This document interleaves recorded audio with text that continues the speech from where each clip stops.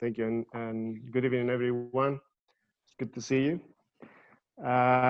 Good to continue this exploration of within this series of the the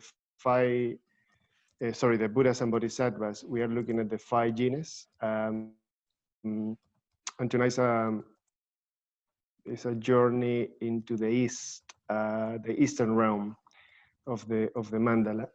So what I'm going to be doing is I want to show you a few images, and then I'm going to be talking in some detail about these figures, the blue Buddhas of the East, as Padmasaki just say, Akshyobya and Lochana. And then I'm going to reflect on some of their qualities. So I'm going to start by sharing my screen. Let me just be sure that I have everything in place. And then I hit the share button. Okay.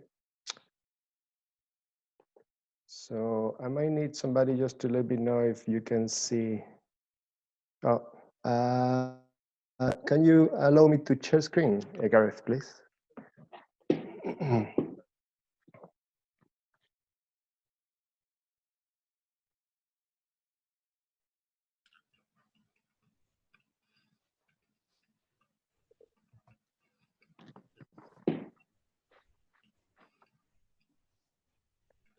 Okay, it's coming.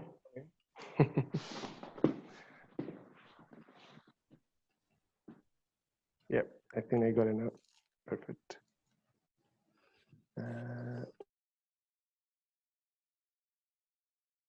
This is the one. Can you see that? Yeah. Yeah. Good. Perfect. Let me just.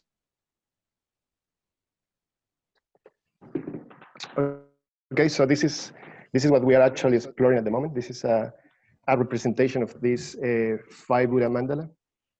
So last week we had Kaladi talking about Ratnasambhava. This figure here, jewel born. And there was a very abundant description, introduction to Ratnasambhava as its symbolized. And we are looking today at Akshyobya, this Buddha here at the bottom. But it's not just about Akshyobya. I mean, this representation was painted by a good friend of mine from Mexico, Manjugita. And I'm quite fond of it. But this one was made by our very own Mandy Hibbert. And I really like this one because it's a representation of both these Buddhas arranged in the mandala.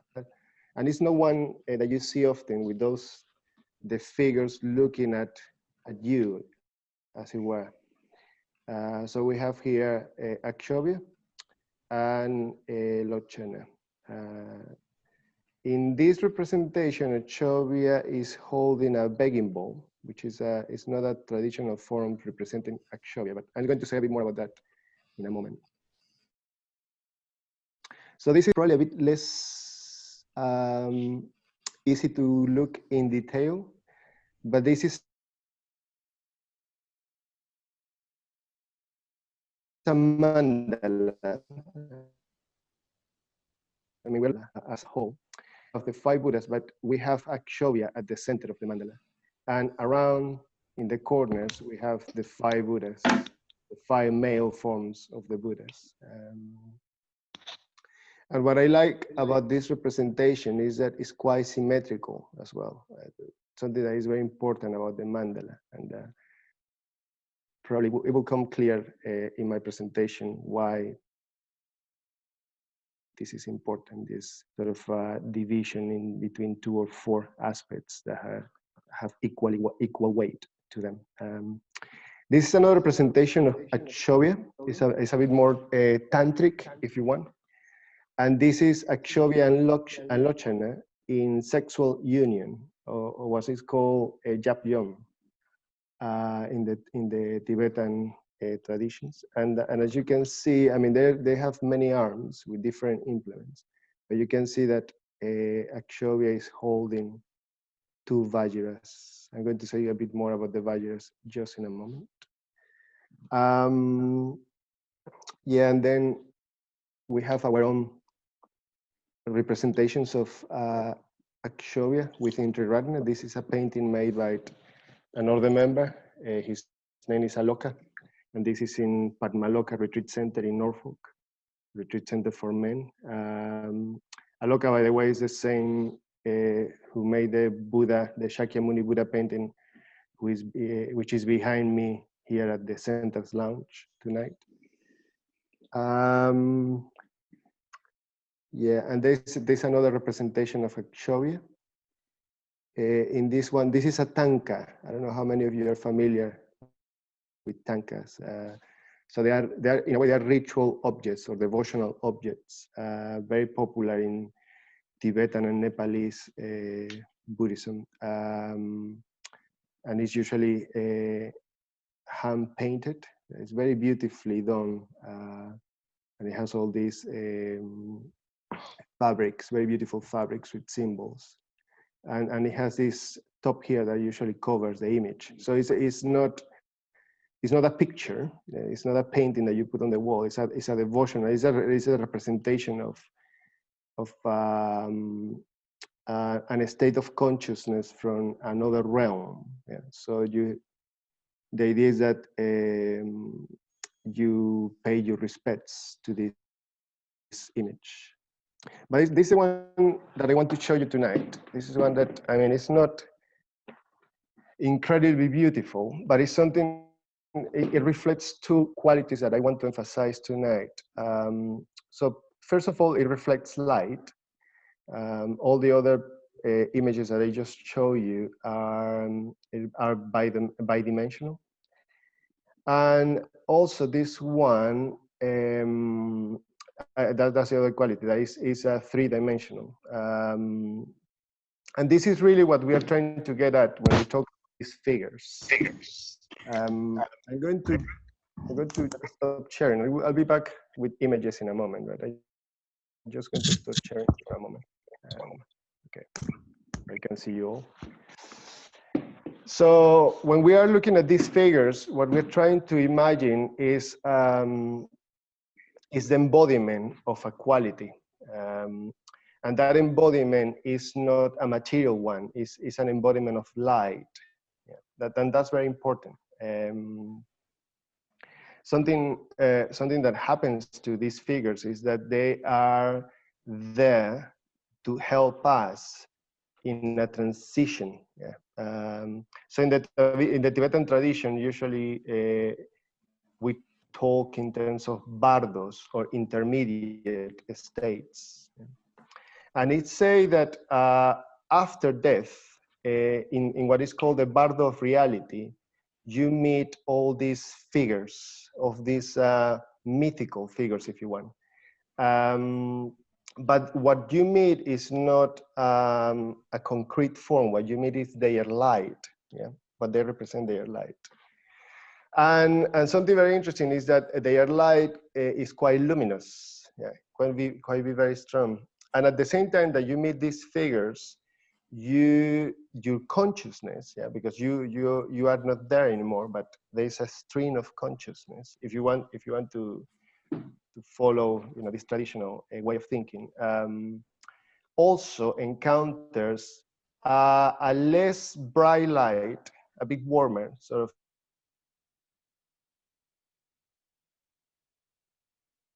In the case of the dark light, but it's warm. It's less powerful in intensity, but it's quite attractive. You know, it's a bit more comfortable. The light that these figures represent is quite bright, it's quite strong, and it can be a scale.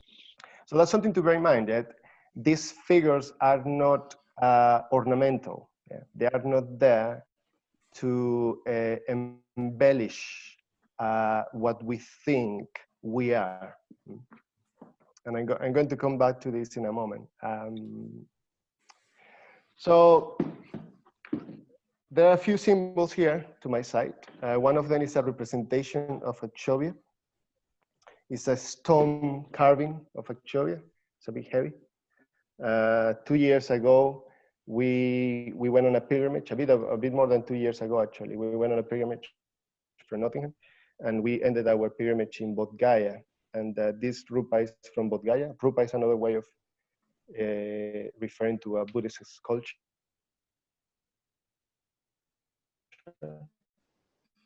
Especially modified for us. So there was, I don't know if you can see, there has a stone Vajra in the left hand. Yeah. And I don't know if you can read the description in the back. It says, Avirati community, notes, for Nottingham. And it has a syllable of Akshyobya. So this rupa sits in our lounge, in the community lounge upstairs in this building. And a few years ago, I think two and a half years ago, actually, we were, or even longer, we were giving the name of Avirati to our men's community here in this building, in the Nottingham Buddhist Center. So I want to talk a bit about Avirati as well. And the connection between Akshobya and Avirati is that Avirati is the pure land of Akshobya. So we had a reading during the meditation tonight from Bodhinaya, where Bhante Sangarachita is describing the process of building the Buddha land. So I'm going to say a few things about Avirati because I find that very interesting.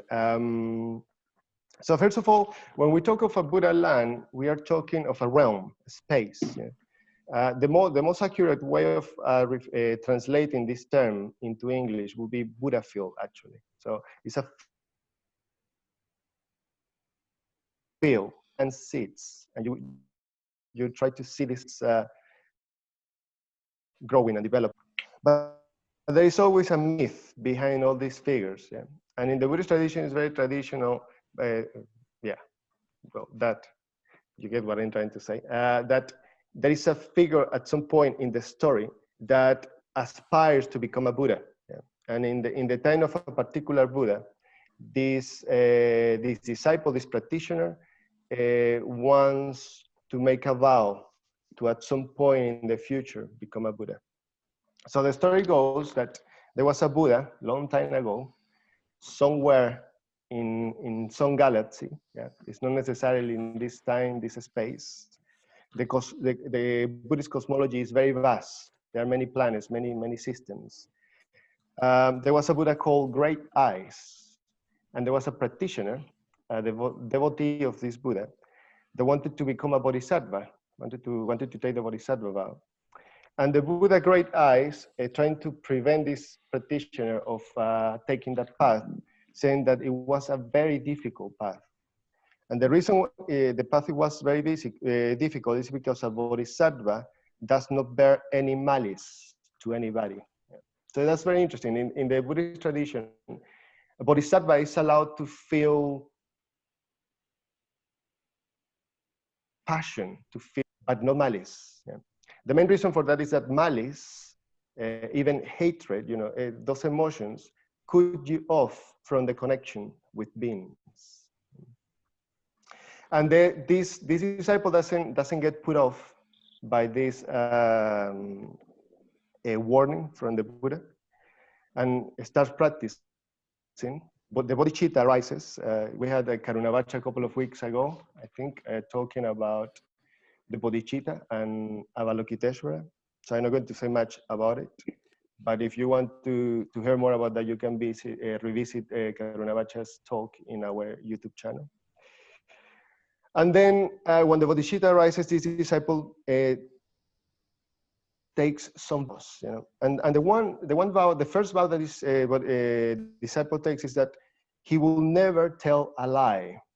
He is going always to speak the truth. Yeah. And he takes a series of vows as well after that. And in this realm, in this planet, in this universe, his friends or her friends, it's not gender for these figures is quite fluid. I'm going to speak more about that in a moment. They feel very inspired by the vow that this person is taking. And they give him, his or her friends give this person the name of Akshyobya, the unshakable, the imperturbable. And the tradition says that this figure, Akshyobya, fixes the vows by touching the earth. And when this person touches the earth, the earth shakens and the trees leans towards this person, this being. And it starts a process of practicing life after life. That's what the Buddhist tradition says, practicing life after life. And in the process of perfecting his practice or her practice, this practitioner purifies or creates the realm of avirati. So avirati is a result of creating or of going deeper in the practice of this being. So there are many descriptions about avirati, but avirati is basically where the conditions are very favorable for the awakening of all beings. And this figure, Akshyobya, is radiating light. But they are not giving light. The light comes from Akshyobya, comes from this figure. I'm going to show you something else. Yeah, I think I'm going to move forward a bit from avirati. Something very interesting about avirati. I don't know how many of you have heard of Buddha fields or Buddha lands before, but there is another very famous Buddha field or Buddha land called Sukhavati, and it's the one that is associated with the red Buddha, with Amitabha. We're going to hear about Amitabha next week, but and that's a very popular one. But in the case of avirati, it's less well known, but it still is very important in the Buddhist tradition. And I'm going to show you now, again. Let me share the screen with you. Some of the beings that are associated with this figure of Akshyobya are, we had Sachamega earlier on in this series talking about Vajrapani. So again, that's something that you can check. And this is a figure as well. I like this detail from a rupa or a three-dimensional representation of another bodhisattva called Vajrasattva, who is holding also a Vajra.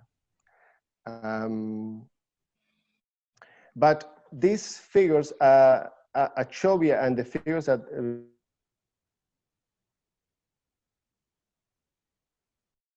belong to Vajra.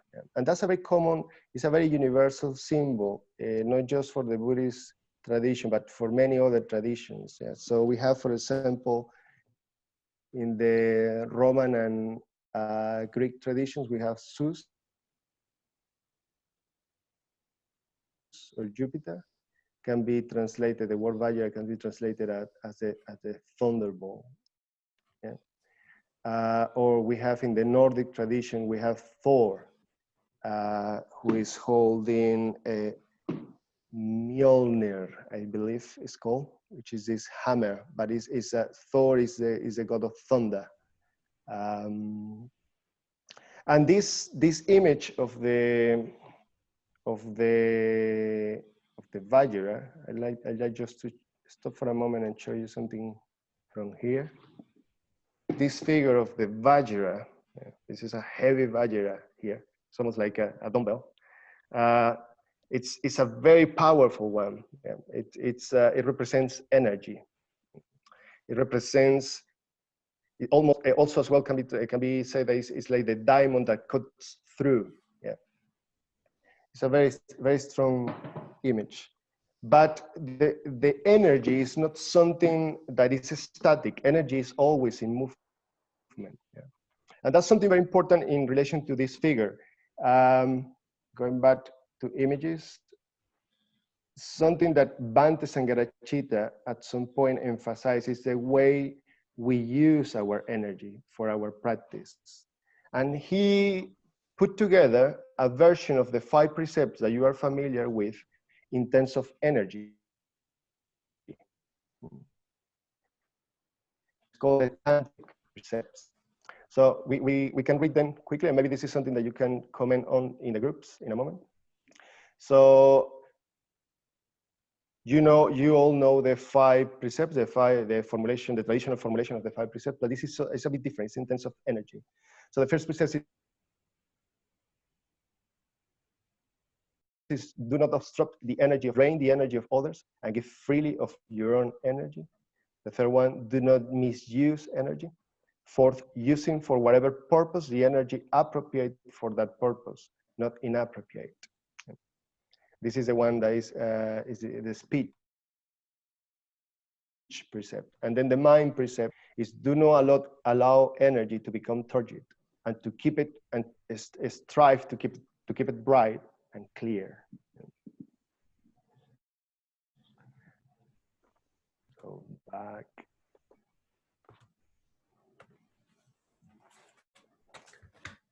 So energy is something very important. Light, energy, are qualities that are not static. They are part of our experience. Yeah? And our experience is always changing. It's always moving. This Vajra as well, this figure, the Vajra, has 2 extremes. Yeah? And these 2 extremes are represented in the very figure of he's holding the Vajra in his left hand, and is touching the earth in the right with the right hand. There's a very beautiful illustration again from Aloka of a moment in the night of the enlightenment of the Buddha. This beautiful illustration here, and we have there the Buddha to be in that process, just about to become a fully enlightened being, and Mara, this figure here in the back, to question the Buddha. He has tried to attack and to seduce the Buddha already. I think you are all familiar with the story. But it says that the Buddha is seated on the Vajrasana, the diamond throne, again, the Vajra, that figure, that symbol. So the Buddha sitting underneath the Bodhi tree is sitting in this place in the universe where all the Buddhas of the past and all the Buddhas of the future gain enlightenment.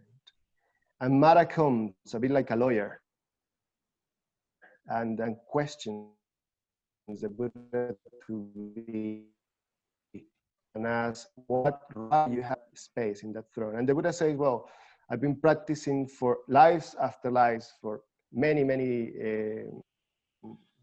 spaces of time, and I have arrived to this point in my spiritual career where I'm just about to fully awaken. And then Mara asks, do you have a witness of that process of what you are saying? And the Buddha doesn't reply. What the Buddha does is just touches the air, what is called the Bhumisparsa Mudra. This beautiful figure, the goddess Earth, emerges and just gives testimony, just says that is true what Siddhartha Gautama is saying, that she has seen him life after life practicing, perfecting the qualities that are enabling and give him the right to sit on the Vajrasana. So you have these two beautiful qualities in balance. You have the energy represented by the groundedness of touching the roots of touching the earth. Yeah. So you need both. You need that groundedness, you need the roots, and you need that energy, that refined energy, that potent energy, yeah, to reach out,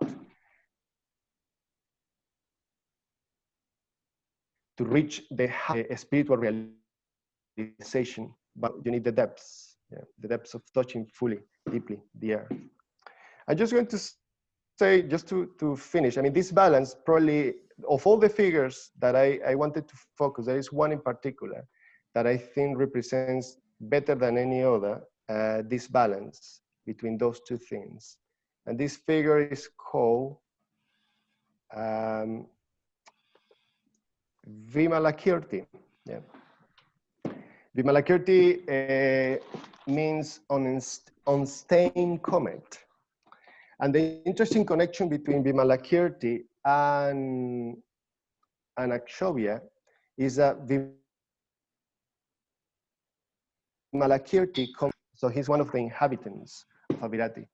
But he arrives in this realm, according to the Mahayana tradition, this realm of Earth, planet Earth. And he has come to help beings to escape the realms of samsara and attain enlightenment. But the interesting thing about Vimalakirti is that he holds these two streams of experience, these apparently contradictory sides of experience.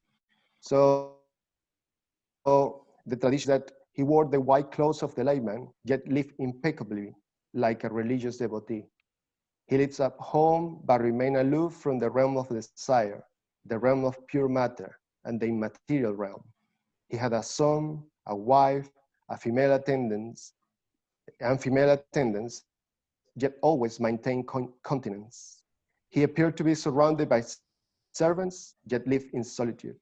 He appeared to be adorned with ornaments, yet always was endowed with the auspicious signs and marks. He seemed to eat and drink, yet always took nourishment from the taste of meditation. He made his appearance at the fields of sports and in the casinos, but his aim was always to mature those people who were attached to games and gambling. He visited the fashionable heterodox teachers, yet always kept unswerving loyalty to the Buddha. He understood the mundane and transcendental science and esoteric practices, yet always took pleasure in the delights of the Dharma.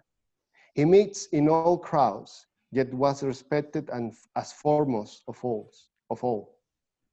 In order to be in harmony with people, he associated with elders, with those of middle age, and with the young, yet always spoke in harmony with the Dharma. He engaged in all sorts of businesses, yet had not interest in profit or possessions. To train living beings, he will appear at crossroads and on street corners, and to protect them, he participated in government. To turn people away from the Hinayana and to engage them in the Mahayana, he appeared among listeners and teachers of the Dharma. To develop children, he visited all the schools. To demonstrate the evils of desire, he even entered the brothels. To establish drunkards in correct mindfulness, he entered all the cabarets. So that's a very colorful figure that is not afraid of going into the world. So, and the main point I want to make here is that a Buddha field is not a place, a sort of a temple that is away from where we are, from where we exist. In the tantric tradition, the opportunity for awakening is always there. It's always at our reach. This very place is the lotus paradise. This very body is the Buddha. So our opportunity to reach out, to break through, is always available to us. And that's embodiment. That's what this figure represents. That's what Akshyobya is trying to encourage us to engage with. So the reading that we had from Bodhinaya earlier is talking about beings. We build the Buddha field, the Buddha land with people. It's wonderful that we can do this. You know, you are not here at the Nottingham Buddhist Center. There's just a handful of us here in this building, and yet we are still connected. We are still practicing together. Yeah. We are still creating this realm that is not just helping us, supporting our practice, but is having an influence in the world, it's having an effect on the world. Yeah. Your practice is not just about you achieving something, attaining something. we are having an effect, even if it's difficult for you to measure that effect right now. But just, I don't know if you are looking at the speaker's view or you have the gallery view at the moment, but if you have the gallery view, I just want to encourage you to look at what you have in front of you. Yeah. We don't have this view very often when we meet in Sangha nights here at the center, when we meet in person. And what you can see is, well, in most cases, I can see most faces, except for 5. But you can see, they're coming out, good. And you can see people. Yeah. You can see beings, very different, very unique. And we have connections, with each other. I see beauty, for example. I see a lot of potential. Yeah. I see commitment. I see friendship. Yeah. But something Akshyobya and Loshana have, is a particular kind of wisdom. It's called the mirror-like wisdom. And the mirror-like wisdom, what that wisdom reflects is what the person in front of it is, without any biases, without any distortions. Yeah? So we can have positive biases and we can have negative biases. Yeah? Probably when we look at the screen right now, we are feeling a lot of positivity. Yeah? We have an experience of each other that is very positive. But what about if we look and try to reflect from this mirror-like wisdom what we see? Yeah?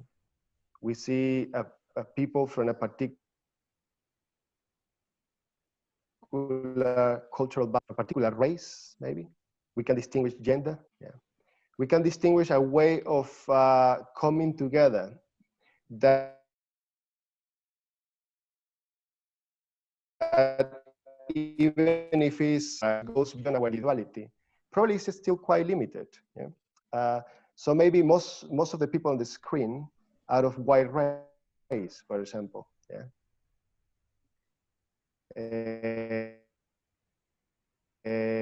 We probably don't have much area. Yeah. I don't know how many of us, maybe gender are balanced, it's probably 50-50. I tend to think that there's more women in Nottingham than men, but I don't know. That's what I was told when I came to Nottingham, that there were 2 women for each man, according to the stats. But I think when you look, you can see what we could be, our potential, but also what we are. And it's important to see that. It's important to recognize where we are at, because that's the foundations, that's the basis on which we can build the Buddha land. I want to leave you with this image. This is an image of the mirror that I wanted to us to look at. But I want to leave you with another image of another mirror, very traditional in Buddhism. And I'm sure that most of you have seen it, have studied it even. And it's the image of the Tibetan Wheel of Life. And I finish with this. So in the Wheel of Life, we have different realms. Yeah, we have a realm of the gods, for example, of refined, sensual, intellectual, aesthetic, but rather selfish, self-indulgent pleasure. We have the realm of the human beings, a world of ordinary domestic, civic, political, and cultural obligations and activities. We have the world of the anti-gods, the titans, a world of jealousy, excessive sexual polarization, over-aggressiveness, ruthless competition, and over or covert conflict. A world of the world of the hungry ghost, a world of neurotic craving, intense possessiveness, and relationships characterized by extreme emotional dependence. Or we have the hell realm, a world of pain and suffering, intense physical and mental distress. And finally, the world of the animals, the world of a straightforward food, sex, and sleep. And we might think that those are the only options that we have. to practice in one, or to be at some point in our states, in our days, in our life, in one of these realms. But Bhante Sangharachita says that we need not feel bound to choose any of these words. There is another option open to us. Turning our back on the wheel of life altogether, we can begin to thread the spiritual path that leads to enlightenment. We can devote ourselves to developing as individuals to the Bodhisattva ideal. And in so doing, we choose to create another kind of world. In other words, we devote ourselves directly or indirectly to building the Buddha land. And that's a note that I wanted to finish with. We are creating something together. It's a joint creation. It's a co-creation. It's not, it doesn't, and it's our responsibility to keep building this Buddha field in Nottingham. Thank you. Thank you.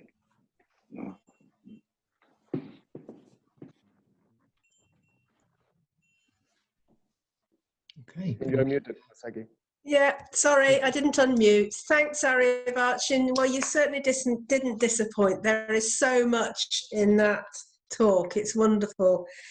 But I really was touched by just the idea of us co-creating the Buddha land together through our actions here and through our to follow as best we can the path towards enlightenment. I just think that's a beautiful, beautiful way to end exploration of the Abhirati realm, and for leaving us with such a lot to do. I think is it Gareth that's going to put us to groups now? Yeah. So I think we'll go into our groups and come back later. Yeah.